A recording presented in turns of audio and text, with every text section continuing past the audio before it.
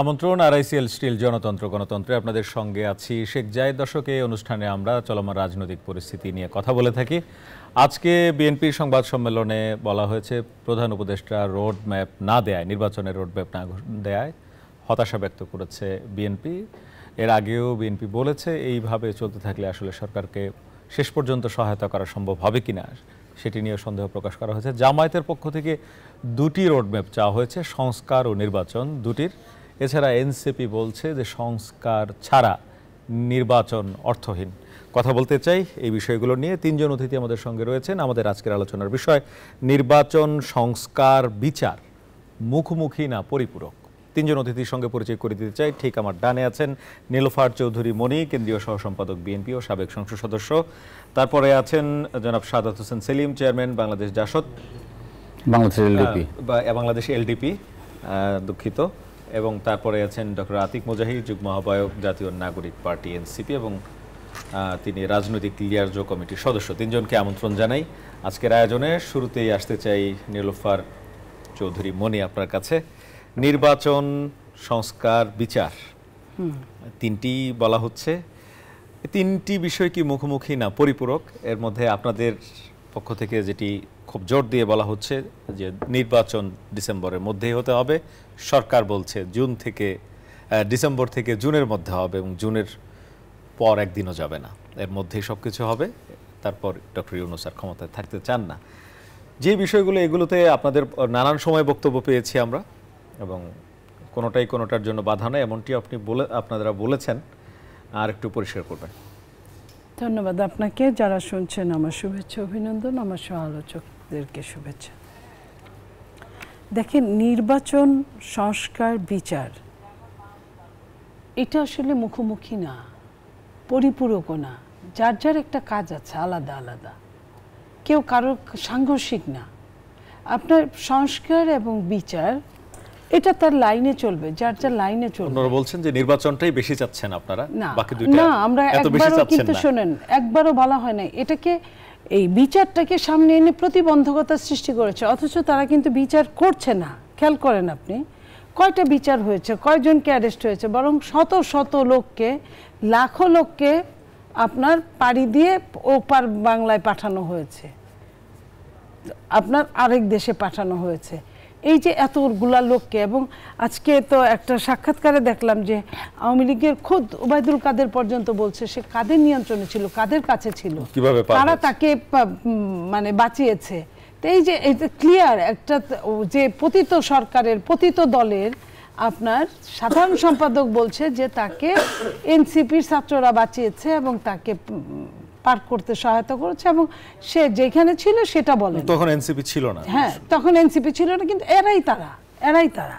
তো এখন আমার কথা হলো যে আপনার বিচার এবং সংস্কার, বিচারটা তো লেন্দি প্রসেস। বিচার কিন্তু শেষ হতে হতে আপনি যত তাড়াতাড়ি করেন, বাংলাদেশের প্রেক্ষাপটে বিচার একমাত্র আপনার মার্শাল ল কোর্টে বিচার হয়, সেটা খুব তাড়াতাড়ি, তাও তাৎক্ষণিক ওইভাবে কতটুকু বাইরের তা জানি না তাদের জন্য। তা এখন এই বিচারগুলোর জন্য আপনার উইটনেসের দরকার, সব বিভিন্ন সময় তারিখ ফেলানো, ডেট ফেলানো, প্রমাণ, তদন্ত, এগুলা সব কিছু মিলে একটা মামলা করলেই হলো না। মামলার মেরিট কি বলে এটা, তো এটার জন্য আপনার নির্বাচন যারা বসিয়ে রাখবে তারা কিন্তু নির্বাচন চায় না। তারা নির্বাচনটাকে একটা খেলা মনে করছে, আরেকটা অগণতান্ত্রিক পন্থায় তারা নিয়ে গিয়েছে। আর সংস্কারের কথা বলছেন, সংস্কার পৃথিবী জন্মের পরে থেকে আবহমান কাল যাবৎ সংস্কার চলছে, চলবে, চলতেই থাকবে। এখন সংস্কারগুলো আপনি সংস্কার আগে একদিকে করবেন, কি সংস্কার, কোনটুকু সংস্কারের কোন জায়গাটুকু সুনির্দিষ্ট যে কিছু বিষয় আমরা যে গণমাধ্যমে দেখলাম, 9 মাসে সুনির্দিষ্ট বিষয়গুলো কি এসেছে, কতটুকু এসেছে? কিছু বিষয় যেমন আছে, প্রধানমন্ত্রী 2 বার আপনারা এটাতে না করেছেন, জামাত এনসিপি হা করেছে, নির্বাচন পদ্ধতি সেটি বিদ্যমানটা চেয়েছেন। বলি একটু আপনার কথাটা বুঝতে পেরেছি। কিছু বিষয় আছে, 6 শতাধিক আপনার তারা একটা মানে সামগ্রিকের মধ্যে একটা লামসাম একটা সামনে এনেছে, 6 শতাধিক, তার 5 শতাধিকই বিএনপি পক্ষে আছে। এই যে গুরুত্বপূর্ণ এবং গুরুত্বপূর্ণ যেটা, এটা ওইভাবে গুরুত্বপূর্ণ না। 2 বার সংসদে একজন বলছে 2 বারের বেশি প্রধানমন্ত্রী না, আরেকজন বলছে আমাদের 31 দফা নিজে থেকে, এবং এই সংস্কারে তাদের এই সংস্কার খেলার অনেক আগে থেকে আমরা বিভিন্ন গবেষণার মাধ্যমে বিভিন্ন দল একসাথে করে তাদের বিভিন্নভাবে সে নিয়ে এই 31 দফা পর্যন্ত হয়েছে। সো এইখানে লেখা আছে 2 বারের প্রধানমন্ত্রী, বেশি না, একাধারে দলীয় প্রধানমন্ত্রী হতে পারবেন না। ঠিক আছে, দলীয় প্রধানমন্ত্রী হতে পারবেন না। এটা এগুলা আলোচনার, এগুলা কিন্তু যত সংস্কার এগুলা যাইটাই বলেন, এগুলা কিন্তু ওই যে মানে গুরুত্বের জায়গায়। আপনার এখন কোনো গণতান্ত্রিক সরকারই নাই, আপনাকে আসতে হলে এই পাশগুলা একটাও যদি যে সরকার ইলেক্টেড হয়ে আসবে সে যদি একটাও যদি আপনার না এলাও করে, আপনি জয়যুক্ত হয়েছে গণপরিষদ দিয়ে আপনি গণপরিষদ সবাই নিয়ে বসে আলোচনা করতে হবে। গণভোট গণপরিষদ চাওয়া মানে কি আপনি বুঝেন যে তাহলে আর নির্বাচনের দরকার নাই। গণপরিষদটা কখন হয়? গণভোটটা হলেই তো একটা গণভোট, আপনি তাকে চান কি চান না, আপনি তো এই যে আসছেন। তো বিএনপির মতো এত বড় একটা দল এবং বিএনপির সাথে যারা আছে, যারা অ্যালায়েন্স করছে, যারা অনেক দিন যাবত মাঠে ময়দানে আছে, বিএনপি ছাড়াও যারা আছে, যারা চান না তাদেরকে ছাড়াও তারা কারে নিয়ে করবে, কয়জনকে নিয়ে করবে? তাদের একটা কিংস পার্টি নিয়েই তো সব কিছু হয় না। আর এই যে একটা যে পার্টি যেটা বলছেন আপনারা, তারা যদি চায়ও, তাদের কতটুকু তাদের চাওয়ার আছে আপনার যদি ওইখানেও গণতান্ত্রিকভাবে ধরা হয়, জনসমর্থনের একটা হিসাব থাকে। তো সেটার জন্য সেটাকে মাথায় রেখেই তো কথা বলতে হবে। এই যে কথা বলে যে সময় ক্ষেপণ করছে, সময় ক্ষেপণ করে খেলতে খেলতে খেলতে খেলতে এটাকে খেলা মনে করে এক সময় বলে থুক্কু খেলবো না, আবার বলে যে না ও থুক্কু বলছিলাম, ভুল বলছিলাম, না আমি ওরকম মনে পড়ে না থুক্কু বলছিলাম কিনা। এটা একটা দেশ, এটা একটা অনেক পুর খাওয়া একটা দেশ, অনেক দিনের গণতন্ত্রের জন্য লড়াই করা একটা দেশ। সেই গণতন্ত্রের জন্য লড়াই করতে করতে যদি আবার গণতন্ত্রই অনিশ্চিত হয়ে যায়, তাহলে কিন্তু লড়াইয়ের মাঠটা কিন্তু খালি হওয়ার সম্ভাবনা একদমই কম থাকে। তো লড়াইয়ের মাঠটাকে আমরা যদি সত্যিকার অর্থেই আমরা যদি মনে করি যে আমরা সিস্টেমেটিক ওয়েতে চলবো, তাহলে কিন্তু আমরা গণতন্ত্রের পথেই চলতে হবে। এবং গণতন্ত্রের পথেই আপনি একটা জিনিস খেয়াল করেন যে এই যে ডিসেম্বরের মধ্যে বিএনপির মতো একটা বড় দল সহ অনেক দল ডিসেম্বরের মধ্যে নির্বাচন চেয়েছে, এবং বাংলাদেশের প্রশাসন, বাংলাদেশের সেনাবাহিনী পর্যন্ত, যাদের কখনো এগুলো নিয়ে কথা বলার কথা না, তারাও কিনা বলেছে 18 মাসের মধ্যে নির্বাচন। তাহলে কি এমন হলো যে এই ডিসেম্বর, জানুয়ারি থেকে জুন পর্যন্ত কি এমন হলো যে তারা এত ভয় পাচ্ছে? এই টাইমটুকের মধ্যে কি বাংলাদেশের হয়ে যায়, এটা নিয়ে একটু জানতে চাই জনাব সাদাত হোসেন সেলিম। কি এমন হলো যে এই নির্বাচন ডিসেম্বরের পরে যেতে হবে? এটি একটি, আরেকটি সংস্কারকে হচ্ছে মনিয়াপা খেলা বলছেন। আপনারা ওই যে 12 দলীয় জোটেও আছেন, আবার এই যে সংস্কার বিষয়ে যে কমিশনের প্রস্তাবগুলোতে আপনাদেরও আলাদা আলাদা মত আছে। না দেখুন, এখানে বিএনপি এখন মিডিয়া সন্ত্রাসের শিকার, বুঝছেন। আপনার এই যে সংস্কার কমিশন তো 167টা প্রশ্ন আকারে উপস্থাপন করছে, 500টা প্রশ্নের তারা একটা স্প্রেড কার্ড করেছে। সেখানে আবার বিএনপি, জামাতে পাশে এনসিপি শুক্রে 8 দিন হলে জন্ম নিছে, যে দলটা এখন বাংলাদেশের রাজনীতি কোনো প্রাসঙ্গিক না, নিবন্ধনও পায়নি। উপদেষ্টা সহ, প্রধান উপদেষ্টা সহ তার প্রধান পৃষ্ঠপোষক, যে কারণে এখন এটা আলোচনার মধ্যে আসতেছে, অথবা আপনারাও বাধ্য হচ্ছেন এগুলো নিয়ে আলোচনা করতে, বুঝছেন। আবার পত্রিকাও লিখতেছে, এটা তো প্রাসঙ্গিক না। এটা তো এক ধরনের আপনার বলবো যে মিডিয়াও এটা অবিচার করতেছে বিএনপির প্রতি, অথবা সার্বিক দেশের প্রতি। এটা এনসিপি কি বলছে সেটার সাথে বিএনপি কি বলছে তুলনা হয় না। এনসিপির মতো আরও 200 এনসিপি কি বললো তার সাথে বিএনপির বলাটা ম্যাটার করে। ওই 200 এনসিপির শক্তি একসাথে করে ওটা বলাটাই কোনো ম্যাটার করে না। বা যে 40টা রাজনৈতিক দলের সাথে ঐক্যমত্য কমিশনের মিটিং হয়েছে, সেখানে বিএনপি ম্যাটার করে। এখানে 39টা রাজনৈতিক দল যদি এক কথা বলে আর বিএনপি আরেক কথা বলে, সেখানে বিএনপিটাকে গ্রহণ করতে হবে। জনগণের আপনার সমর্থন, জনগণের শক্তি, সংগঠন ইত্যাদি যদি ইয়ে করেন। আর সংস্কারের নামে তো এটা একটা কালক্ষেপণা এবং সংস্কার একটা নিয়ে ঠাট্টা মস্করা করতেছে। ধরেন প্রধানমন্ত্রী এবং দলীয় প্রধান, একটা দল যদি মনে করে যে তার দলের প্রধানমন্ত্রী থাকবে, সেটা তার দলের ব্যাপার। এখানে ফেসিবাদী কায়দা এই ধরনের এটা কি সংস্কার না? এটা কুসংস্কার। এটা তো কুসংস্কার, এটা তো সংস্কারের মধ্যে পড়ে না। একটা দলের পক্ষ থেকে আপনারা তো মতামত দিয়েছেন সেখানে না না আমরা না এটা তো আমরা আমাদের দলের ব্যাপার মনে করেন, এটা আমাদের দলের ব্যাপার, অথবা আমাদের দল আগামী 100 বছরও প্রধানমন্ত্রী কে এটা হবে এটা আমরা চিন্তা করি না, এটা চিন্তা করবে বিএনপি অথবা আরও দুই একটা দল। তো সেখানে তাদের মতামতকে তো প্রাধান্য দিতে হবে। আর যে পরপর 2 বছর এখানে বাংলাদেশের অসংখ্য আপনার ট্রেড বডির রাজনীতিতে আছে যে একজন সভাপতি পরপর 3 বার সভাপতি হইতে পারবে বা 2 বার সভাপতি হইতে পারবে, এরপর আবার 2-3 বছর গ্যাপ দিয়ে তিনি আবার হতে পারবেন।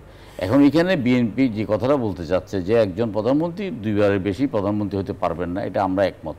কিন্তু যদি ওনার জীবন দশায় যদি আরও 20 বছর পরে যদি আবার উনি যদি প্রধানমন্ত্রী হয় তাহলে আপত্তি হবে। এখন আপনার মানে সামরিক কায়দায় বলতেছেন যে একজন 2 বারের বেশি প্রধানমন্ত্রী আজীবনের জন্য হতে পারবে না।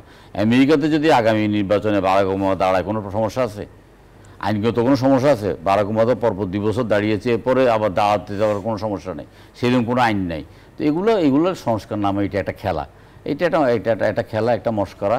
নির্বাচনটাকে দীর্ঘায়িত করা, কিংস পার্টিকে একটু স্পেস করে দেওয়া, তারপর এখানে অনেক উপদেষ্টা আছে, উপদেষ্টাদের মধ্যে ক্ষমতার চেয়ারের লোক পেয়ে গেছে আপনার, তারা গান সেলুয়েট, তারপরে অ্যাটেনশন, তারপর পুলিশ হুইসেল বাঁশরি এগুলো দিয়ে তাদের মাথা মতো একটু আলো ঝালে গেছে। এই আলো ঝালের মধ্যে গণতন্ত্রটাকেই আমরা একটা হুমকি সম্মুখীন করতেছি। আমরা বলছি ডিসেম্বরের মধ্যে নির্বাচন, ধরেন সেই যদি আপনার ব্রিটিশ আমল থেকে ধরেন, পাকিস্তান আমল থেকে ধরেন, নির্বাচনের ইতিহাসের মধ্যে গত 100 বছরের ইতিহাসের মধ্যে জুন মাসে একবার নির্বাচন হয়েছে, তাও সাংবিধানিক বাধ্যবাধকতার কারণে। আপনার এই জুন মাসে নির্বাচন কে পাগলে করতে যাবে? আমি তো করতে যাব না, আমি তো মে মাসে হিটস্ট্রোকে মারা যাব, আপনার ফেব্রুয়ারি থেকে আপনার রমজান, তারপর এসএসসি পরীক্ষা, তারপর কোরবান, তারপরে হলো যে আপনার প্রচন্ড লু, আপনার নানা ঝড় কালবৈশাখী, লু হাওয়া, এগুলোর মধ্যে কোন পাগলে যাবে নির্বাচন করতে? এবং ডিসেম্বরের পরে মে মাসে জুন মাসে কেন যেতে হবে এটার পিছনে একটা যুক্তিও দেখাইতে পারতেছে না। একজন আছেন আপনার বাংলাদেশের একদম শ্রেষ্ঠ স্বৈরাচার এখন, মানে শেখ হাসিনার প্রেতাত্মা, এবং শেখ হাসিনার কণ্ঠ তার কণ্ঠে ধারণ করতেছে প্রেস সচিব শফিউল আলম, সে বারবার বলতেছে জুন পর্যন্ত। অন্য কোনো উপদেষ্টা, অন্য কোনো কারো বক্তব্য আমরা এভাবে শুনতে চাই না। ডিসেম্বরে নির্বাচনে করার প্রশ্নে আমাদের 101টা যুক্তি আছে, এবং জুন মাসে নির্বাচন না করার পিছনে আমাদের 1001টা যুক্তি আছে, কিন্তু তারা একটা যুক্তি আমাদের সামনে দাঁড় করাচ্ছে না। এখন কথাটা হলো যে আমরা সব মিলিয়ে যা দেখতেছি, এই সরকার তো সম্পূর্ণ ব্যর্থ, একেবারেই ব্যর্থ, পুরো সরকারের বডি ব্যর্থ। এখন সরকার নিজেই বলতেছে যে আমি নিজে কনফিডেন্স পাচ্ছি না আপনার একটা নির্বাচন করার জন্য, কিন্তু উনি কনফিডেন্স পেয়ে গেছেন আপনার ওনার গ্রামীণ ইউনিভার্সিটি নেওয়ার ব্যাপারে কনফিডেন্স পেয়ে গেছেন, আপনার গ্রামীণ জনশক্তি এমপ্লয়মেন্ট নিয়ে বা আপনার ওই যে আদম ব্যবসার লাইসেন্স নেওয়াটা ওইটার আপনার উনি ওটা পেয়ে গেছেন।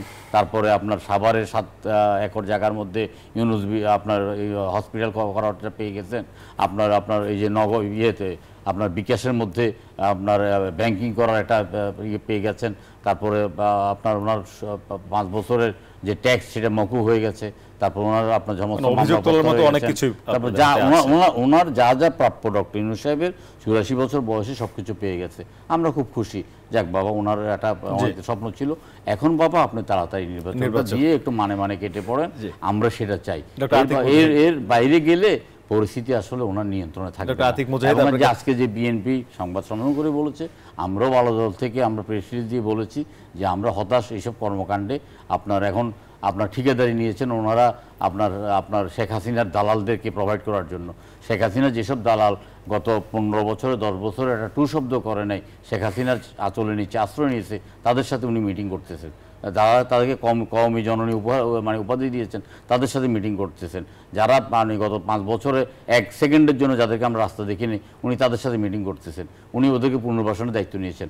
অর্থাৎ সেখানেও যারা রাজপথে আপনার লড়াকু সৈনিক হিসাবে নির্বাচন প্রতিহত করার আন্দোলনের মধ্যে ছিল, নির্বাচন বয়কটের আন্দোলনের মধ্যে ছিল, এবং এই ছাত্র জনতা গণ অভ্যুত্থানে যারা ছিল তাদেরকে আলোচনায় না ডেকে আপনার চিহ্নিত কয়েকজন ব্যক্তিকে ওনারা ডেকে একটা বিভাজন সৃষ্টি করার চেষ্টা করছেন। ধন্যবাদ আপনাকে ডক্টর আতিক মুজাহিদ। বেশ কিছু বিষয় এসেছে আপনাদের প্রধান পৃষ্ঠপোষক কি ডক্টর ইউনূস কিনা এনসিপির, সেটি বলবেন। একই সঙ্গে গণ অভ্যুত্থানের পর আপনাদের দলটির জন্ম, যারা গণ অভ্যুত্থানে যে ছাত্ররা নেতৃত্ব দিয়েছে তাদের অনেকে আপনাদের দলে আছেন, সব মিলিয়ে আপনাদের অবস্থান বলবেন এবং সংস্কার ইস্যুতে। জি ধন্যবাদ। আমি আসলে টু বি অনেস্ট একটু হতাশ হলাম যে আপা আছেন, ভাইয়া আছেন, অনেক চমৎকার সিনিয়র রাজনীতিবিদ, আমি ভেবেছিলাম যে জুলাই অভ্যুত্থানের পরবর্তীতে বাংলাদেশের মানুষের শুধুমাত্র আকাঙ্ক্ষার পরিবর্তন হবে না, রাজনীতিবিদদের আকাঙ্ক্ষারও পরিবর্তন হবে। এবং বিগিনিংয়ে ওনাদের যে বক্তব্য ছিল সেটা ছিল খুবই আশাব্যঞ্জক যে বাংলাদেশ পজিটিভ দিকে যাচ্ছে। কিন্তু আজকে আমি বক্তব্য শুনে কমপ্লিটলি হতাশ হয়ে যাচ্ছি যে এখন সংস্কার একটা ছেলে খেলা বলতেছেন, এটা একটা কুসংস্কার বলতেছেন। এই যে ইউনূস সাহেবের ব্যাপারে সবাই আমরা বললাম যে উনি একমাত্র অনলি সেভিয়ার, এখন বলতেছেন ওনার বিকল্প আছেন। যখন চুপ্পুকে সরানোর কথা বলা হলো তখন বললো যে ওনার কোনো বিকল্প নাই। এইরকম নানা ইস্যু। আজকে আবার বলতেছেন যে এনসিপির নাকি উনি প্রধান পৃষ্ঠপোষক। আপনি ইউনূস সাহেবকে জিজ্ঞেস করা উচিত যে উনি আমাদের পৃষ্ঠপোষক কিনা, পাবলিকলি উনি উত্তর দেবে। এটার ব্যাপারে আমার উত্তর না, সবাই জানে আর কি। তাহলে বলা যাচ্ছে যে এনসিপি তার মানে দল গঠন করার আগে তার পৃষ্ঠপোষক রেডি করে ফেলছে এবং তারই দল এটা বলা হচ্ছে আর কি। এইভাবে এই আন্দোলনের আগে তো এনসিপি তো ছিলই না, ছিল একটা বৈষম্য বিরোধী আন্দোলন, পরে নাগরিক কমিটি, এরপর একটা প্ল্যাটফর্ম আসছে। কেন আমি বললাম কেন আমরা বাংলাদেশের মানুষ কেন রাজনৈতিক দল করছি এটাকে বলা উচিত আমাদের। এই ছাত্ররা দেখেছে আমাদের রাজনীতিবিদরা 53 বছর ধরে গণতন্ত্রের কথা বলে, দলের ইলেকশন কি পরিবর্তনটা বাংলাদেশে করেছে। শেখ হাসিনাও তো ইলেকশন করেছে, এখন উনি শেখ হাসিনার ফেসিস স্টাইলে আমাদেরকে ট্যাগিং করতেছে। আমি বুঝতেছি না, আমাদের মাঝে একটা পজিটিভ পলিটিক্স আসার কথা ছিল। আমি খুবই আশা হতো কমপ্লিটলি আজকে আমি মনে করেছিলাম যে খুব পজিটিভ আলোচনা হবে, বাংলাদেশকে রিকনস্ট্রাকশন আমরা কাজ করব। বিএনপিও হতাশা ব্যক্ত করেছে। সেই জায়গা থেকে আমার কাছে মনে হচ্ছে যেটা ইন্ডিয়ান ন্যারেটিভ, যে আধিপত্য ভাঙার জন্য আমরা সবাই মিলে একসাথে আমরা অ্যান্টি ফেসিস্ট গ্রুপ দাঁড়িয়েছিলাম, আজকে আমরা আবার সেই ইন্ডিয়ান বয়ানের মধ্যেই আছি। ইন্ডিয়ান যে বয়ানটা দিয়েছিল আজকে আমাদের সব, আমি আজকে আস্তে আস্তে ডেইলি স্টার পড়তেছিলাম এবং বণিক বার্তা পড়তেছিলাম, দুই জায়গায় যে সম্পাদকীয় পাইলাম যে আকাশরা এক সময় হচ্ছে বাংলাদেশের শেখ হাসিনা দালালি করছে, তাদের কথা হচ্ছে এটা অনির্বাচিত সরকার, এটা এখনই ইলেকশন দিতে হবে। আমাদের মাহফুজ আনাম সাহেবরা যারা কারিগর তৈরি করেছেন শেখ হাসিনাকে, অনেক বলেছেন তার ডিপ্লোমেসি অনেক সুন্দর, এই তারা বলতেছেন যে এই সরকারকে ইলেকশন দিতে হবে, কোনো কিছু সলিউশনে একটি solution. The same tuning is going. আমার মনে হচ্ছে senior politician, I don't know why, যদি আমি বলি যদি সাস্টেনেবল একটা রাষ্ট্র বানাইতে চান, আমি একটা কথা ভেরি ক্লিন করতে চাই। আজকে আসতে চিন্তা করলাম আমরা কেন পলিটিক্স করি, এটা কোয়েশ্চেন করা জরুরি। পলিটিক্যাল পার্টিজ পরে আমরা একটা পলিটিক্স করি এই জন্য রাষ্ট্রকে এমন একটা রাষ্ট্র বিনির্মাণ করতে চাই যে রাষ্ট্রটা সবার হবে, যে রাষ্ট্রটা কল্যাণমূলক রাষ্ট্র হবে, একটা সাস্টেনেবল রাষ্ট্র যেটা সবার প্রোটেকশন দিবে, সেই রাষ্ট্রটাকে বিনির্মাণ করার জন্য পলিটিক্যাল পার্টি লাগে। তা সেই রাষ্ট্রে কিছু পিলার থাকে না, সেই পিলারগুলো কি? একটা নির্বাচন কমিশন, বিভিন্ন ধরনের স্টেক হোল্ডার, আমরা বলি major 3 parts of the government, right? একটা বলি আমরা জুডিশিয়ারি, একটা বলি আমরা পার্লামেন্টারি, একটা বলি আরেকটা বলি আমাদের ধরেন এখন রাজনৈতিক দলগুলো চায় না। আমার কথা শুনুন, ওনার বেসিক রিফর্ম যেটা আছে, তাহলে এই রাষ্ট্রের 3টা জায়গাটা নষ্ট হয়েছে বলে বেসিক রিফর্মের কথা বলা হচ্ছে। এখন উনি বেসিক রিফর্মটাকে আপনি উড়াই দিচ্ছেন। আপনি তো মিনিমাম কিছু জায়গায় একমত হয়েছে, সেই জিনিসটাও যদি ঘটতো তাহলে রাষ্ট্রের কিছু না কিছু ইমপ্রুভমেন্ট হইতো। আপনাদের ইমপ্রুভমেন্টে চাচ্ছেন, আপনারা just transform of the power, এটাকে ওনারা বলে যে regime change movement kind of. এখন তো গণ আন্দোলন বলে এটাকে, গণ অভ্যুত্থানও বলে না, গণ আন্দোলন। কয়দিন পর বলবে যেটা একটা কি ছিল হাসিনা। ওনাদের বক্তব্যে এখন যেভাবে বলছেন, ওনারা তো সরাসরি সংস্কার ডিনাই করছেন না, যখন ডাকছেন তখন অ্যাটেন্ড করছেন, মতামত দিচ্ছেন, ঐক্যমতের পর একটা ফলাফল আসবে। ঐক্যমত কমিশনে আছেন, আপনারা কাজ করতেছেন, তাহলে এত দ্রুতই উনি বলতেছে কেন জুন পর্যন্ত? আপনারা তো ডিসেম্বরে এখনো আসেনি, আপনারা এই জন্য তো আসেনি, তাই না? মানে আপনারা কালকেই রোডম্যাপ ঘোষণা দিয়ে পরশুদিন থেকে ইলেকশন ক্যাম্পেইনে যাচ্ছেন না কেন? আমার কথা হচ্ছে যে আমরা মেইন যে ইস্যুটা দেখেন, যে অভ্যুত্থানের মাধ্যমে মানুষগুলো মারা গেল তার বিচারের ব্যাপারে কোনো ধরনের আন্ডারস্ট্যান্ডিং হয়নি। সেকেন্ড হলো এখন পর্যন্ত হত্যা করা হচ্ছে বাসায় গিয়ে গিয়ে। এই অভ্যুত্থানের পরবর্তীতেও যারা জুলাই শহীদ হয়েছে তাদের ফ্যামিলিতে আক্রান্ত হয়েছে, তাদের কি প্রোটেকশন রেডি হয়েছে? হয়নি। এখন তো আমরা দেখতেছি যে আগে কত কেন হচ্ছে না? 9 মাস তো চলে গেল, 9 মাস চলে গেল। এখন দায়িত্বটা কি? এখন আমার মনে হচ্ছে ইউনিট সরকারের। এখন সরকারকে আমরা ধরতে পারি, সরকার এখন যেটা হচ্ছে আমরা সরকারই সব দায়িত্ব। সরকার হচ্ছে 158 না 70টা এখন পর্যন্ত আন্দোলনে সব থামাবে, সরকার আবার কি করবে? ইলেকশন দিবে, সরকারই সব করবে, রিজার্ভ ঠিক করবে। সরকার ফেল, তাহলে সরকারকে অ্যাসিস্ট্যান্স করতেছেন না, সরকারকে প্রতিদিন গায়ে লাইতেছেন, আবার সরকারকে বলছেন কিছু ফাংশন করতেছে না। তাহলে সরকার খুব বিপদে পড়ে গেছে আসলে দায়িত্বটা নিয়েই মনে হচ্ছে। তাহলে ছেড়ে দেওয়া উচিত ছিল আমার কাছে মনে হয়, কারণ এমন একটা স্টাইলে চলে আসছে যে সব কিছু এখন সরকারের উপর দায়ী চাপাই দিচ্ছে। সেকেন্ড হচ্ছে এই গভর্নমেন্টটা সবার ঐক্যমতের গভর্নমেন্ট, সেটাকে চাপাই দেওয়া হচ্ছে এনসিপির গভর্নমেন্ট, ট্যাগিং করা আছে regularly. The wording is very wrong everyday. NCP government মানে এনসিপির উপদেষ্টা বানাইছে নাকি? এনসিপি কি দৈরিক হওয়ার পর করেছে? এইভাবে নানা রকমভাবে কেন করাছে? শুধু ইলেকশনের খাতিরে যদি পলিটিক্যাল স্ট্যান্ডবাজির জন্য এটা করি, তা রাষ্ট্রের জন্য ক্ষতিকর। We are talking about full state সিস্টেমের ব্যাপারে, রাষ্ট্রটাকে আমরা কিভাবে চাই সেটার ব্যাপারে কথা বলার জন্য রিফর্ম দরকার আছে। রিফর্মটা না হলে ইলেকশন ট্রানজিশনটাই বড় সমস্যা। এটা আমরা বলছি যে দেখেন এবং ইলেকশন যে প্রসেস এখন বলছে কেয়ারটেকার গভর্নমেন্টের মাধ্যমে করবেন। কেয়ারটেকার গভর্নমেন্টে আপনি কিভাবে নিরীক্ষণ করবেন? টপ যে ব্যক্তিটাকে করবেন তাকে কিভাবে করবেন? লাস্ট যে ব্যক্তিটা আসবে আপনার চিফ আমাদের কি জাস্টিস হবে, তা চিফ জাস্টিসটা আপনি কিভাবে নিয়োগ দিবেন? প্রধানমন্ত্রী দিবে রাষ্ট্রপতি নিয়োগ, রাষ্ট্রপতি দিবে প্রধান বিচারপতি নিয়োগ, সেই প্রধান বিচারপতি দলীয় হবে না? তাহলে আপনি বলছেন তাহলে কেয়ারটেকার গভর্নমেন্ট নিউট্রাল হবে কেমনে? আপনার আন্দাজে চলে আসলো। এই জায়গাটাতে আমরা বলছি যে স্বচ্ছতা করেন, আলাদা করেন, নির্বাচন সিস্টেমটাকে আলাদা করেন, সমস্যা তো নাই। আপনি এগুলো যদি একমত হন সেগুলো সলিউশন করে আপনি ইলেকশনে যান। সেই একমত কি ডিসেম্বরের মধ্যে হওয়া সম্ভব না? ডেফিনেটলি ডিসেম্বর কেন? আমার তো মনে হয় যেটা ঐক্যমত্য কমিশনের 3 মাস মনে সম্ভবত একটা ছিল ডিউরেশন, আমি আজকে বললাম যে 3 মাস ডিউরেশন ছিল, যেটা ছিল কি বলে জুলাই আগস্টের মধ্যে। তা জুলাই আগস্টের মধ্যে ডিউরেশনটা তো ঐক্যমত্য কমিশনের তো আসা উচিত জিনিসগুলোকে, যেগুলো আসবেন সেগুলো ব্যাপারে বাদ হবে, যেগুলো ঐক্যমত্য সেগুলোকে জুলাই চার্টার করে দেন না, জুলাই চার্টার করে তারপর ইলেকশন ডিক্লারেশন দেন। ধন্যবাদ আপনাকে। আবারও আসবো আলোচনায়, একটা বিরতির সময় হয়েছে, বিরতির পর আবারও কথা হলো। দর্শক একটা বিরতি নিচ্ছি, ফিরছি একটু পর, সাথে থাকুন। বিরতির পর আবারও স্বাগত। দেখছেন RICL স্টিল জনতন্ত্র গণতন্ত্র, সঙ্গে আছি শেখ জায়েদ, আছেন 3 জন অতিথি। কথা বলছিলাম নির্বাচন সংস্কার বিচার মুখোমুখি না পরিপূরক। বিরতির আগে যেভাবে কথা চলছিল, নিরুফল চৌধুরী মনি, আপনার কাছে আসতে চাই। সংস্কারকে খেলা বলছিলেন, ডিসেম্বরের মধ্যে নির্বাচন না হলে কি হবে? দেখেন, ডিসেম্বরের মধ্যে নির্বাচন দিতেই হবে, এই সরকারকে দিতেই হবে। সরকার নিজেকে যাই মনে করুক না কেন, যে এটা গ্রামীণ ব্যাংক না যে নিজেই আইন বানাবে, নিজেই সেই আইনটাকে লঙ্ঘন করবে। শেখ হাসিনা 1 কোটি বার খারাপ লোক, 1 কোটি বার, এবং যত কিছু আজকে যা ঘটনা ঘটছে সেটা শেখ হাসিনার জন্যই হচ্ছে। এই ইউনূস সাহেব আসছে, সেটাও শেখ হাসিনার জন্যই আসছে। তারপরেও আমি বলবো যে সে যে মামলাটা করে তাকে যে নামাইতে হয়েছে, তাকে মানে সহজে বাধ্য হয়ে সে পথটা ছাড়ছে, অথচ তার নিজের বানানো পথ, সে মানে গ্রামীণ ব্যাংকের পথটা, সে একটা গ্রামীণ ব্যাংকের পদই ছাড়তে চায় না। সেইখানে একটা দেশের পথ কিভাবে ছাড়বে? তার এই কথাগুলো বলা এবং এই যে নাটক করা, আপনি দেখেন যে নাহিদকে দিয়ে যে পদত্যাগের নাটক করালো, এই যে আমার সমালোচক বললেন যে তারা নাকি এই সরকারের কিংস পার্টি না, তাহলে এত পার্টি থাকতে বিএনপি দেখা করতে চায়, দেখা করতে পারে না। বিএনপির মতো একটা দল, যার জন্য কিনা 3 দিন সরকার গঠন হলো না, যে নিল না, সেই দল দেখা করতে চায় এক ব্যক্তির রাষ্ট্রে। সে দেখা করার সময় নাই, তার কোনো সুযোগ নাই, অথচ সে পদত্যাগ করবে কি করবে না সে বাচ্চাদের ডেকে বলতেছে পদত্যাগ করবে। তাদের মুখ দিয়ে আমাদেরকে শুনতে হচ্ছে এই যে নাটকটা। তাকে পদত্যাগ করতে তো কেউ না করে নাই, তাহলে করলেন না কেন? সে তাকে তো বলেন নাই, তাকে বিএনপি বলেছে যে হ্যাঁ কোনো খালি পদ বসে থাকে না। আমরা তাকে বলি নাই, আমরা কেউ তাকে বলি নাই পদত্যাগ করতে, সেলিম ভাইরাও বলে নাই, কোনো দল বলে নাই। উনি নিজে মনে করছে এই ধরনের নাটক করে বিশ্বের 2-4টা পুরস্কার পাওয়া যায়, কিন্তু পুরস্কারগুলো যে কারণে দিছে এখন বোঝা যাচ্ছে। এই পুরস্কারগুলো তো কিছু জায়গা বাংলাদেশের জায়গা নেওয়ার জন্য দিছে, বাংলাদেশের মানচিত্রটাকে চেঞ্জ করার জন্য দিছে, বাংলাদেশের ভিতর দিয়ে অনেক কিছু করার জন্য দিছে। এই জায়গাগুলোর জন্যই, নইলে ডক্টর ইউনূস তো আমাদের শত্রু না। আমরা তো কোনো তাকে নিয়ে কি বলছে আমাদের নেতা জনাব তারেক রহমান বলেছেন যে এই সরকার আমাদের সরকার, এই সরকারের ব্যর্থতা মানে আমাদের ব্যর্থতা, আমরা কোনোভাবেই চাই না এই সরকার ব্যর্থ হোক। তারপরে বলেছে তারপরেও যদি ব্যর্থ হয় তাহলে আমরা জানি না। তারপরে এই জন্য বলেছে আমাদের যদি না ডাকে, আমাদের যদি সহযোগিতা না নেয়, একটা সরকার একা চলতে পারে না, কারো না কারো সহযোগিতা নিতে হয়। আওয়ামী লীগের মতো একটা খারাপ দল, একটা ফ্যাসিস্ট, সেও কিন্তু জাতীয় পার্টির সহযোগিতা নিয়ে এই 15.5 বছর জাতির উপর খড়ক চালাইছে। সেটা কারো না কারো নিতে হয়। তো আপনার ডক্টর ইউনূস আর কারো খুঁজে পেল না, কটা বাচ্চা পোলা ছাড়া এতগুলা দেশের আপনার এই রাজনীতিবিদদের হাতে ক্ষমতা দিয়ে যেতে হবে, তাহলে পারলো না। আপনি দেখেন অনির্বাচিত যদি শাসন থাকে তাহলে কিন্তু মব কালচারটা বেড়ে যায়। এই কথাটা কিন্তু ইউনূস সাহেবের বুঝতে হবে। মব কালচার আজকে এত প্রাতিষ্ঠানিকভাবে রূপ লাভ করছে কিসের জন্য? এই অনির্বাচিত সরকারের জন্য, এত ব্যর্থতার জন্য। এই ব্যর্থতাগুলো তার সফলতায় আনার জন্য নির্বাচনের বিকল্প। এখন আমরা যেটা বলতেছি যে আমরা, আপনার যত কথাই বলেন, আমরা তো আপনার তবজি গণনার জন্য রাজনীতি করি না, নির্বাচনের জন্য রাজনীতি করতেছি, জনগণের কাছে যাচ্ছি, প্রতি সপ্তাহে যাচ্ছি। জামাতে ইসলাম তো 300 আসনে প্রার্থী ঘোষণা করেছে, এনসিপি মোটামুটিভাবে জনসংযোগ করছে। এখন বিএনপি নির্বাচন চাইলেই দোষ।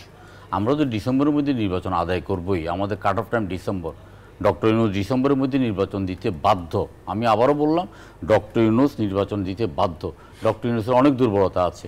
স্থানীয় সরকার মন্ত্রী এপিএস যখন 322 কোটি টাকা নিয়ে আপনার পালিয়ে যায়, স্থানীয় সরকার মন্ত্রীর আর কোনো নৈতিক অধিকার আছে এই পদে থাকার জন্য? জুনের মধ্যে আমাকে আমি বলি, আমরা তো অনেক সরকার দেখেছি, সরকার চালিয়েছি। একটা এপিএস অথবা পিএস এর মন্ত্রীর সাথে কী সম্পর্ক বা প্রভাব সেটা আমরা জানি। স্বাস্থ্যমন্ত্রীর এপিএসকে আপনার দুদকে ডেকেছে, তহবিল তসরিফ করার জন্য। 400 কোটি টাকা শুধু আপনার শিক্ষা বোর্ড থেকে এক দরবেশ নিয়ে গেছে। বাংলাদেশের এমন কোনো মন্ত্রণালয় নাই, এমন কোনো অধিদপ্তর নাই, এমন কোনো পরিদপ্তর নাই, এমন কোনো টিএনও অফিস নাই যেখানে বৈষম্য বিরোধী ছাত্র আন্দোলনের এবং বর্তমানে এনসিপির লোকেরা গিয়ে সেখানে একটা সন্ত্রাসের রাজত্ব কায়েম করতেছে না। নিয়োগ, বাণিজ্য, বদলি, টেন্ডার প্রত্যেকটাতে তারা তাদের একটা হিসা যাচ্ছে। সুতরাং এখানে ধরেন এই যে আপনি বলতেছেন মার্চ পর ইউনুসের জন্য আপনার তো একটা ডাক দিল শাহবাগে, সেখানে দেখলাম যে 82 জন, তার মধ্যে 60 জন হলো ইউটিউবার এবং ক্যামেরাম্যান, বুঝছেন না, আর 20-22 জন লোক। সুতরাং ডক্টর ইউনুসের পায়ের নিচে কতটা মাটি আছে ওইটাও আমরা জানি। আবার এনসিপি আপনার পয়লা বৈশাখে অনুষ্ঠান করেছে, সেটাও আমরা দেখেছি, পয়লা মেয়ের অনুষ্ঠান সেটাও আমরা দেখেছি।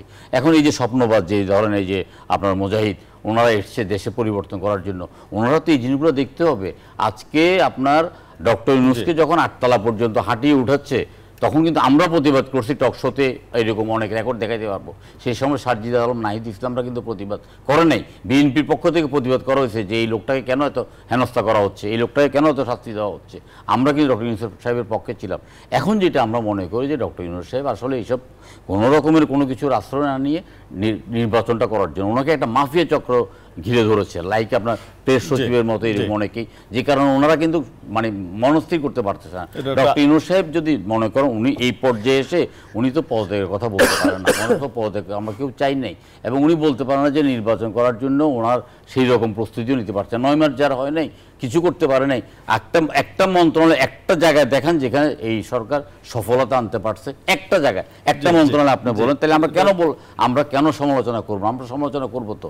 এবং এই যে ধরেন আপনার আমরা যে 166-এর মধ্যে 110টার সাথে আমরা একমত হয়েছি, আমরা 5-7টার সাথে একমত হইনি, আরগুলো বলছি আলোচনা করার জন্য, এবং এটা শেষ পর্যন্ত পাশ করবে ওই জাতীয় সংসদ। তো তাইলে আপনি এখন আপনার একজন প্রবীণ একজন স্থানীয় সরকার উপদেষ্টাকে বাদ দিয়ে যখন একজন নবীন ছাত্র নেতাকে এনে এখানে বসান, এটা কি ডক্টর ইউনুস বসে নেই? এই দূরভিসন্ধি দিকে ওনার মধ্যে নাই? আপনার যখন স্বরাষ্ট্রমন্ত্রী বললো যে জনগণ ওনাদেরকে 5 বছর জন্য দেখতে চায়, তখন তাকে চেক করলো না কেন? তখন কেন বললো না যে আমরা অন্তর্বর্তীকালীন সরকার শুধুমাত্র একটা নির্বাচনের জন্য আসছি? উনি কেন চট্টগ্রাম বন্ধ দিতে চাচ্ছে? উনি কেন সুনির্দিষ্টভাবে চট্টগ্রাম বন্দর সুনির্দিষ্ট একটা পার্টিকে দিতে যাচ্ছে? উনি চট্টগ্রাম বন্দরের যদি কোনো ইফিসিয়েন্সির অভাব থাকে, তাহলে সেই আমরা দরকার বিদেশ থেকে আমরা টেকনোলজি আনবো, বিদেশ থেকে আমরা মেশিনে নিয়ে যাবো, আমরা আমাদের দেশ পরিচালনা করবো। বাংলাদেশের অসংখ্য সরকারি প্রতিষ্ঠান ব্যর্থ, সরকারি প্রতিষ্ঠান অলাভজনক, পরিচালনা করতে পারছে না, তাই কি আমরা প্রত্যেকটা প্রতিষ্ঠান বিদেশিদের হাতে তুলে দেব? এনসিপির বিরুদ্ধে কয়েকটি অভিযোগ আছে যে আপনাদের লোকজন দুর্নীতি করছে বিভিন্ন মন্ত্রণালয়ে, বিভিন্ন ডিসি অফিস, ইউনো অফিস, এগুলোতে। যে আসলে দেখেন, আমরা সব একটা বাংলাদেশের একটা কমন পারসেপশন হচ্ছে একটা নিউজ হলেই সাথে সাথে ইনভেস্টিগেশন ছাড়া আমরা অভিযোগ এক জিনিস, ফ্যাকচুয়াল এক জিনিস। যদি কেউ অভিযুক্ত হয়, আচ্ছা এপিএস পিএস এর কি এনসিপির লোক, এনসিপির পার্টির কোনো নেতা? এনসিপির একটা শুধুমাত্র কমিটি আছে স্ট্রেট 217 জনের। এই কমিটির যদি কেউ জড়িত থাকে, আমাদের একটা অভিযোগ এসেছিল যে তানভীর নামে, আমরা তাদেরকে অব্যাহতি দিয়েছি এবং আমরা শোকজ করেছি এবং তাকে আমরা ফাইনালি সাসপেনশন করেছি এটার ব্যাপারে ইনভেস্টিগেশন করার পরে। সুতরাং আমরা কথা হচ্ছে যে এই আন্দোলন হয়েছে জুলাই অভ্যুত্থানের পরবর্তীতে বাংলাদেশের মানুষ অস্বচ্ছতা দেখতেছে না, হোক সেটা এনসিপি হোক সেটা বিএনপি, যেই কেউ করুক, দুর্নীতি করলে তার ব্যাপারে কেউ সাথ দিবে না। সুতরাং আমি আতিক মুজাহিদ বললাম, যদি আমিও কখনো আমার কোনো দলের কি করে, আমি সেটা দায়ভার নিতে রাজি না, কারণ যেটা অস্বচ্ছতা সেটা অস্বচ্ছতা, সেটা দলগত হয় না। তাহলে ওনারা যদি চাঁদাবাজি যারা করে বিএনপি, তাদের নাম একজনকে বলবো চাঁদাবাজি, পুরো বিএনপি চাঁদাবাজি করে এরকম বলবো আমি ঢালাও পারি, এই পলিটিক্স আমি বিশ্বাস করি না। ডেফিনেটলি কেউ কেউ পদবি ইউজ করে সারা দেশে বিএনপি চাঁদাবাজি করে নাই, অনেকে করেছে।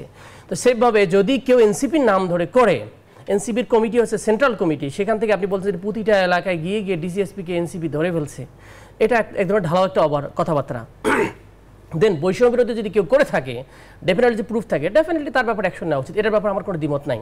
তো সুতরাং এনসিপির ব্যাপারে যে অভিযোগ, এটা কমন অভিযোগ। আমার কাছে মনে হচ্ছে যে ইলেকশনটা করার পরে সেকেন্ড আরেকটা বিষয় আমার কাছে খুব অড লাগলো, যে আপনি ইলেকশন চাচ্ছেন, ফ্যান্টাস্টিক, গভর্নমেন্টকে প্রেশারে রাখবেন, গভর্নমেন্টকে ক্রিটিসাইজ করবেন, দ্যাটস ফ্যান্টাস্টিক। আপনি ব্যক্তিগত পর্যন্ত মানুষ আমরা আক্রমণে যাচ্ছি কিন্তু একবারে, ইট ইজ নট গুড। মানে একটা মানুষকে ব্যক্তিগতভাবে, ইউনুস সাহেব আগে এতদিন ভালো ছিল, এখন খারাপ হয়ে গেছে। হ্যাঁ, উনি যদি কোনোভাবে সরকারের যে জিনিস অন্যায়ভাবে কোনো কিছু নেয়, সেটার ব্যাপারে আমরা প্রতিবাদ করা উচিত, যে সিস্টেমের মধ্যে সবাই নিতে হবে। তো আমরা এতক্ষণ যেটা বলছিলাম, যে সিস্টেম যদি না থাকে, রাষ্ট্র থাকে না। তো এটা বিএনপি বড় পার্টি মানে তাকেই দল ক্ষমতায় দিতে হবে এরকম নট নেসেসারি। জনগণ যাকে ক্ষমতা বসাবে সেই আসবে, দ্যাটস দ্য ইস্যুস। মানে উনি বড় পার্টি তাই দিবে, জনগণ রিপ্রেজেন্টেটিভ হতে পারে না। আমাদের বড় সমস্যা আছে, আমরা পপুলার কি বলে এটাকে, পপুলার সভেরেনিটি যেটা বলে, জনগণের পাওয়ার, এটা না, পার্টির পাওয়ার আর জনগণের পাওয়ার মধ্যে পার্থক্য আছে। আমার সারা দেশে সাংগঠনিক ক্ষমতা আছে, আমি হেডম আছি, সুতরাং আমার কথাই শুনতে হবে, দ্যাট ইজ স্পেসিজম কাইন্ড অফ। আমার জনগণের যার যেটা কথা আছে, যে ন্যায্য কথা, সেটাকে আমাদের শুনতে হবে, কাউন্টিং করতে হবে। সুতরাং এই জায়গা থেকে আমি পজিটিভ পলিটিক্স করতে চাই। ইয়েস, আপা যেগুলো অভিযোগ করছে যদি ভ্যালিড হয় সেগুলো অ্যাকশন নেওয়া হোক। যদি স্বাস্থ্যমন্ত্রী অদক্ষ হয় তাকে সরাই দেওয়া হোক, যদি স্বরাষ্ট্রমন্ত্রী অদক্ষ হয় সরাই দেওয়া। ইট ডাজন্ট মিন যে আপনি পুরো, সুতরাং এনসিপির লোক এইরকম টেকিং করাটা আসলে খুবই রং একটা জিনিস। থার্ড হলো জুলাই আপরাইজিংয়ের পরবর্তী কিছু আকাঙ্ক্ষা তৈরি হয়েছে মানুষের ভিতর, তো তাই না? এটা সিভিক কালচার। ফার্স্ট কথা হচ্ছে রেসপেক্ট বোধ থাকা উচিত পলিটিশিয়ানদের মধ্যে, সবার মধ্যে, কথা ট্রেনিং এর মধ্যে। আপনি যদি বলেন যে এখন যেভাবে শব্দগুলো চয়ন হয়েছে আমার কাছে খুবই পার্সোনালি লাগছে। সেকেন্ড হচ্ছে যে ফেসিজমটা ইন্টারনাল এবং এক্সটার্নাল। ইন্টারনাল হচ্ছে আমাদের একেবারে সব কনস্টিটিউশন থেকে শুরু করে সব জায়গায় যেখানে ফেসিস সিস্টেম আছে এগুলো দূর করতে হবে। এগুলোর পক্ষে আপনারা যান কেন? কনস্টিটিউশনে যদি ফেসিজম থাকে আপনারা দূর করলে আপনার সমস্যা কি? বিএনপি কি ফেসিজমের পক্ষে? ডেফিনেটলি নট না হয় তাহলে থাকা উচিত। এক্সটার্নালি যদি ইন্ডিয়া আমাদের এখানে আধিপত্যবাদ থাকে আপনি তার বিরুদ্ধে কথা বলবেন না। তো সুতরাং ইন্ডিয়ান বয়ান যেরকম সমস্যা, ইন্টারনালি এই কনস্টিটিউশনালিজম এটা আমাদের জন্য সমস্যা, কারণ এটা রাষ্ট্রে ইন্টারনালি ক্ষতিগ্রস্ত করে। অনেক ধন্যবাদ আপনাকে। আবারও বিরতির সময় হচ্ছে, দর্শক একটা বিরতি নিচ্ছি, ফিরছি একটু পর। বিরতির পর আবারও স্বাগত। দেখছেন RICL জনতন্ত্র গণতন্ত্র। চলমান রাজনৈতিক পরিস্থিতিতে আসলে এখন কি করা উচিত সেটি নিয়ে কথা বলতে চাই নীলোফার চৌধুরী মনি। আমি এক কথায় বলতে চাই, এখন একটাই করা উচিত, সেটা নির্বাচন করা উচিত। এই সরকার যদি মনে করে যে তাকে এত চ্যালেঞ্জ দিচ্ছে এত মানুষ বাংলাদেশে, রাতারাতি তার জনপ্রিয়তাটা 99 ডিগ্রি থেকে 2 ডিগ্রি 1 ডিগ্রিতে নেমে আসছে, সেইখানে সে চাইলে আরও 3 মাস আগে ইলেকশন দিতে পারে। সে ইলেকশন দিতে পারে শুধুমাত্র ইন্ডিয়ান বয়ান দিয়ে। কতক্ষণ আপনি আটকে রাখবেন? এটা ইন্ডিয়ার দেশ না, এটা বাংলাদেশ। আমি 3 বেলা না খেয়ে আছি, আমি আমার না খাওয়ার কথা বলছি। এখন যদি অন্য দেশ যদি এটা মনে করে, এটা বলে, এতে যদি মিলে যায় সেটা তো তাদের ব্যাপার। বাট আমি না খেয়েছি, আমি এটাই বলছি। এটা সরকারকে দেখা উচিত এবং সরকারের জায়গার বাইরে গেলে সরকার অবস্থান থাকবে। এইভাবে আলোচনা করব, ভালো লাগতেছে না আলোচনাটা করতে। এখনো শেষ হয়ে গেছে না, এখনো আপনার যখন আপনার ওই যে আপনার 4 তারিখে যে ঐতিহাসিক ঘোষণাটা দিয়েছে আসিফ মাহমুদ সজীব ভুঁইয়া কাপা কাপা কণ্ঠে, যে আমরা 4 তারিখের 6 তারিখের প্রোগ্রামটা 5 তারিখে এগিয়ে নিয়ে এসেছি। এখন এটা আমি টাইমলাইনে রেখে দিয়েছি। যখন এটা আমি দেখি আমার শরীর শিহরে উঠে, অশ্রু সজল হয়ে যায়, বুঝছেন? আপনার যখন আপনার ফারহানকে মানে চেহারাটা চোখের সামনে ভাসে, অশ্রু সজল হয়ে যায়। যখন উত্তরাতে আপনার একদিকে পুলিশ, একদিকে ছাত্রলীগ যুবলীগ আক্রমণ করতেছে, বাড়িওয়ালার গেট বন্ধ করতেছে, একটা ছেলে আকাশের দিকে তাকিয়ে বিচার দিচ্ছে, এগুলো দেখলে অশ্রু সজল হয়ে যায়। আমরা এই বাংলাদেশ তো চাই নেই, এই অবস্থা তো চাই নেই। আমরা তো জুলাই এবং আগস্টের বিপ্লবের সময় আমরা যেটা চিন্তা করেছিলাম যে একটা পরিবর্তন হবে এবং একটা পরিবর্তনের আমরা দেখব। এই যে মানে পাখির মতো আপনার নিজের জীবনকে উৎসর্গ করার জন্য যেভাবে সবাই রাস্তায় নেমে এসছে, সেই পরিবর্তনটা আমরা চোখে দেখতে পাচ্ছি না। এবং এটার জন্য ব্যর্থ যদি হয় তাহলে এটার জন্য দায়িত্ব কিন্তু ডক্টর ইউনূসকে নিতে হবে। আমরা কিন্তু আমাদের এটা বলে যাচ্ছি, আমাদেরটা করে যাচ্ছি। ওনারা যদি সঠিক পথে সিরাতুল মুস্তাকিমের পথে চলে, যদি আপনার একটা নির্বাচন দিয়ে, নির্বাচনকালীন সরকারের হাতে ক্ষমতা দিয়ে চলে যায়, যেই জনগণ যাকে ভোট দেয়, এটার থেকে পরিত্রাণের আর কোনো উপায় নেই। ডক্টর আতিক মুজাহিদ। ধন্যবাদ। আমার কাছে মনে হয় যে দেশ যেহেতু শেখ হাসিনা মুক্ত হতে পেরেছে, সুতরাং এই বাংলাদেশের কিছু না কিছু আশা আছে। বাংলাদেশের মানুষ অনেক বেশি পটেনশিয়াল, অনেক কিছু আছে। মানুষ তো ভুল করে এবং মুভিং করে। জুলাই সহযোদ্ধাদের যেগুলার এখনো আমরা যেগুলোর বিচার করতে পারি নাই, যেখানে এখনো অনেকের স্বাস্থ্যর সেবা নিশ্চিত করতে পারি নাই, সেগুলো খুবই অনাকাঙ্ক্ষিত। সেগুলো হওয়া উচিত এবং তাদের নিরাপত্তা একটা বড় ইস্যু। কারণ বাংলাদেশের যে একটা জার্গন, একটা মুভিং হয়েছে, সেই মুভিংটা যেন নষ্ট না হয়ে যায়। মানুষের ভিতর আকাঙ্ক্ষা, এটা কোনো দল, জুলাই আকাঙ্ক্ষা কোনো একটা একক দলের কিছু ব্র্যান্ডিং, যেরকম জুলাই চেতনা বা এইরকম কথা বলাটা আমার কাছে কষ্টদায়ক। জুলাই চেতনা সবারই আকাঙ্ক্ষা হওয়া উচিত। যদি বাংলাদেশ সবার হয়ে থাকে, তার জুলাইটা সবাই চেয়েছিলাম। সুতরাং এইটাকে যে শুধুমাত্র এনসিপির, বিএনপির না, তাহলে আমি খুব কষ্ট পাবো। জুলাই আকাঙ্ক্ষাটা সবার, এই ধারণ করে বাংলাদেশটা ওইভাবে নির্মাণ করবো। যদি এনসিপি ব্যর্থ হয় তাহলে এনসিপির ব্যর্থতা, যদি জুলাই আকাঙ্ক্ষা বিএনপি ধরতে না পারে বিএনপির ব্যর্থতা, এবং সেলিম ভাইদের যদি মনে করে এলডিপি না পারে ওনাদের ব্যর্থতা। সুতরাং let us work for positive Bangladesh. অনেক ধন্যবাদ আপনাকে। দর্শক, কথা বলছিলাম চলমান রাজনৈতিক পরিস্থিতি নিয়ে। অনেক হতাশা আছে, এর মধ্যেও আশার আলো আছে। যদি সবাই মিলে ঐক্যবদ্ধভাবে বাংলাদেশকে এগিয়ে নেওয়া যায়, তাহলে সুন্দর আগামী দেখবে বাংলাদেশ। এই ছিল আজকের আয়োজনে। ভালো থাকবেন, সুস্থ থাকবেন।